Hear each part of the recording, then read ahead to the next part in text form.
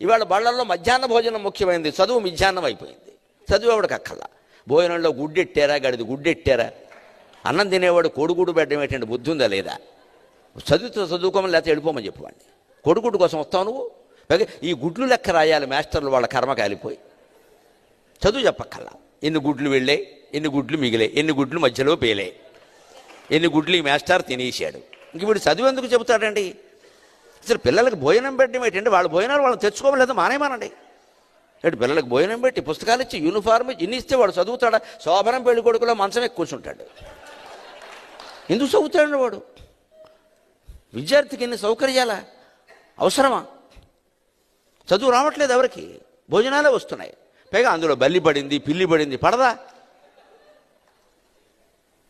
ఆ వండి పెట్టే వాళ్ళకి డబ్బులు ఉండవు. ఎక్కడి నుంచి ఇస్తారు? ఎంతమందికి ఇస్తారమ్మా? ధార పోస్తారు ప్రభుత్వం వాళ్ళు. ఎక్కడి నుంచి ఉన్నాయి డబ్బులు? ఇక్కడ నీ డబ్బులు పెట్టి నువ్వు చదువుకో, నీ అన్నం నువ్వు తిను, నీ బట్టలు నువ్వు కట్టుకో, నీకు ఇష్టమైతే చదువు. ప్రభుత్వం పని ఏమిటంటే, ఉభయ తెలుగు రాష్ట్రాల పెద్దలందరూ వింటారు నా కెమెరా ద్వారా కాబట్టి చెబుతున్నా, ప్రభుత్వం కర్తవ్యం బాగా చదువు చెప్పడం తప్ప పుస్తకాలు ఇవ్వడం, బట్టలు కుట్టించడం, అన్నం పెట్టడం కాదండి.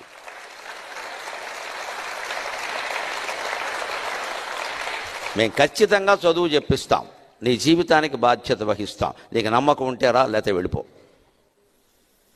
ఈ మాట అనే దమ్ము లేదు ఎవరికి. ఎందుకంటే అందరికీ